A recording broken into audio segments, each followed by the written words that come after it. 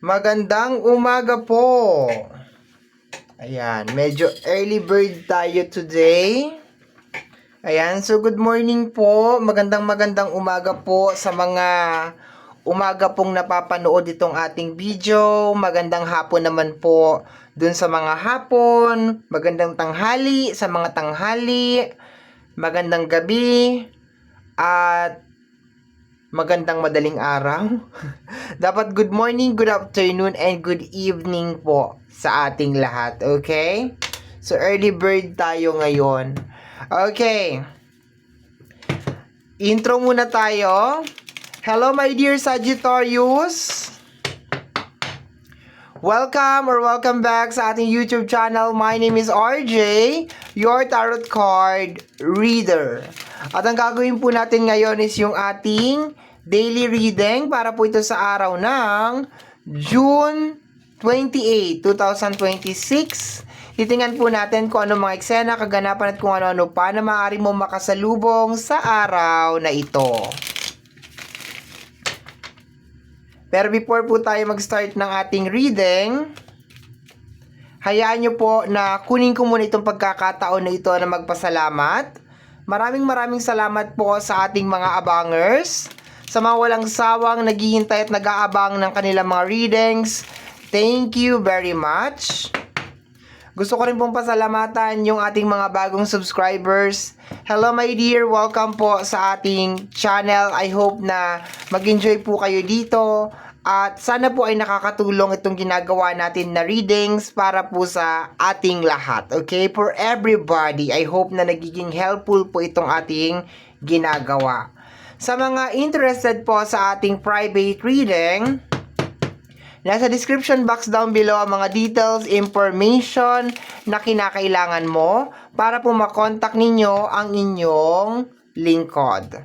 Okay, so let's go na tayo my dear Sagittarius. June 28, 2026.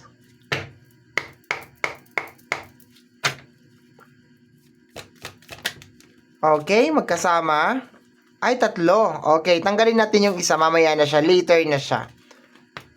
Okay, we have here. First card natin is the Ten of Pentacles. Clarification niya is the Seven of Pentacles. Okay. Maganda yung aura ng card na to, my dear, kasi ang pinaka-focus is more on family and relationship. Yung Seven of Pentacles, nagre-release siya, my dear, ng expectation, pag-asa, 'di ba? So, for some of you, actually more on pera tong dalawang card na to. As in, pera talaga to. Money talaga to. So, for some of you is, kung meron problema na may kinalaman sa usapin ng pinansyal, you are expecting ngayong araw na to na makakaisip ka ng paraan, makakaisip ka ng solusyon, kung paano mo mariresolve yung problem na yan. Especially kung sa loob ng tahanan, sa loob ng relationship, 'di ba? So, ngayong araw na to, my dear Sagittarius, is medyo nagbe-brainstorming yung utak mo kung paano mo masusolusyonan yung problema na yan. Meron din akong nakukuha dito ng mga expectation. Ibig sabihin, nakapaglabas ka na ng effort and then naghihintay ka na lang ng result. Okay? Naghihintay ka ng result about this baka meron kang pautang or meron ka nang nilabas na effort or investment, parang ano kasi harvest time. Okay, nagtanim ka na dyan and then tinitingnan mo kung kailan siya i-harvest, my dear. Okay.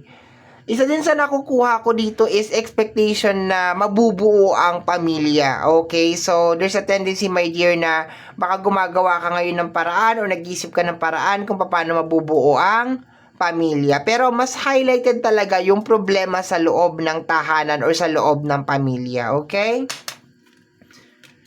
Meron din ako nakukuha dito, my dear, na mga wish or dream. Okay? And hindi lang siya nakapokus sa'yo.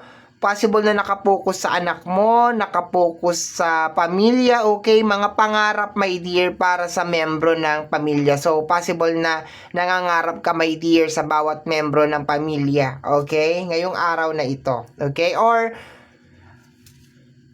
nag-iisip ka ng paraan kung paano ma-achieve, kung paano nila ma-achieve tong bagay na ito. Okay?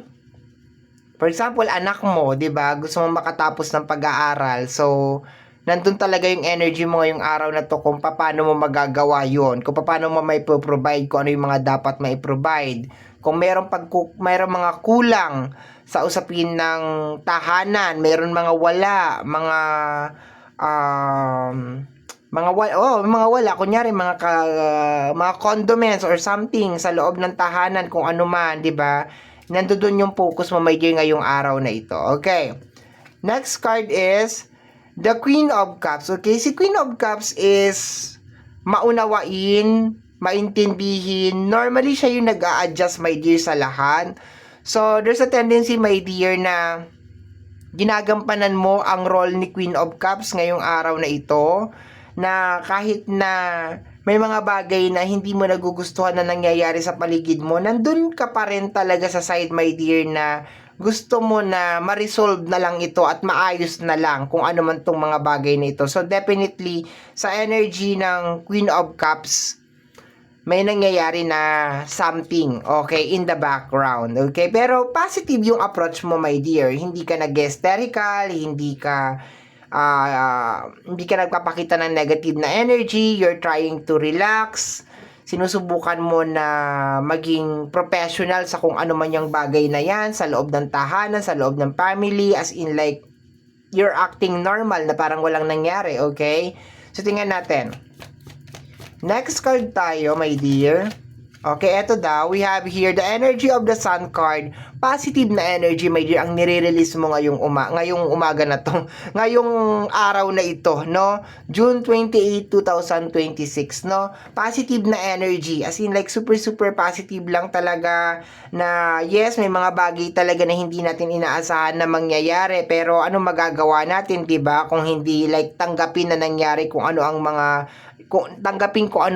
tanggapin na nangyari na yung mga bagay na yan and solusyonan na lang talaga. Okay? Like, ini-embody mo yung energy ni Queen of Cups, yung pagtitiis, pagtitimpi. Okay? Malawak na pangunawa sa lahat. Okay? Sa lahat, pangkalahatan to, my dear. Actually, kalmado yung energy mo ngayong araw na to. Like, super kalmado. Okay. We have here the energy of the Three of Swords. Diba sabi ko sa'yo, may nangyayari in the background, pero sinusubukan mo maging kalmado. We have here the Nine of Wands. Ayan na yung sinasabi ko, my dear. Kung makikita mo si Nine of Wands, my dear, nakatingin siya sa balikat niya or sa likod, ibig sabihin may nangyari in the past. Okay. So, sa kabila ng napaka-positibo, my dear, na card, eto, the Ten of Pentacles, Seven of Pentacles, Queen of Cups, at saka ng Sun card, may nangyayari sa loob mo. Okay, may nangyayari sa loob mo na posibleng hindi nakikita ng ordinaryong mga mata. Okay, may nangyayari sa iyo, my dear, deep inside. May mga disappointment, may mga heartbreak, okay, may mga, let us say, trauma, okay. Pero nagpapakatatag ka, my dear. Nagpapakatatag ka para sa pamilya, para sa mga pangarap mo, okay. Nagpapakatatag ka, you are staying strong, okay. And at the same time, gusto mo mag-release ng positive na energy para sa lahat. Okay, maganda yun. As in, maganda yung energy na yun na parang may nangyaring hindi maganda and then ang sasabihin mo is like, okay lang yun, wag mo masyadong intindihin. Parang, ano lang, chillax lang, my dear Sagittarius, yung energy mo ngayong araw na to. Like, super chillax lang. Okay? For some of you, is you're trying to heal slowly inside. Okay? You're trying to heal. May healing process na nangyayari inside, pero napakabagal. Okay? Iba yung pinapakita mo sa labas, iba yung nangyayari sa loob. Okay? Mahirap yon. Mahirap na ikubli na ikaw ay nasasaktan. Mahirap na itanggi na ikaw ay nahihirapan. Pero ginagawa mo, my dear. Okay? Ginagawa mo. At ang mahirap pa dito, my dear, is kahit na ganun yung nangyayari, kumikilos ka pa rin. Gumagawa ka pa rin ng paraan. Possible na kahit yung tao, my dear, na nasaktan ka o sinaktan ka, tinutulungan mo pa rin. 'Di ba? Hindi naman sa nagbibilang ka o nanunumbat ka, my dear. Pero it's just more on na-highlight lang dito sa reading natin kasi hindi madaling gawin yun. Hindi madaling magpatawad. Hindi madaling... Maganda, masarap magpatawad, pero hindi siya madaling gawin. Hindi siya yung parang typical na parang pipitik ka lang ng ganun tapos okay na siya. Hindi siya ganun. No? And nagagawa mo siya, my dear Sagittarius. Nagagawa mo maging kalmados, nagagawa mong intindihin at unawain kahit na may ginawa sa yung hindi maganda. Umaasa ka na magiging okay din lahat, na magiging maayos din lahat sa energy ng Sun card. Hindi lang sa panlabas na energy, pati na rin ikaw. Sabi ko nga may healing process akong nakukuha inside. May nangyayaring dahan-dahan na healing. So, yung umaasa ka na magiging okay din lahat, hindi lang sa sitwasyon, pati na rin ikaw. Umaasa ka na, gigising ka isang araw na okay ka na. Wala na yung sakit, wala na yung kirot. Okay? Let me see, my dear. Last 2 cards na lang tayo. Sagittarius. We have here the energy of the Ten of Swords. Okay.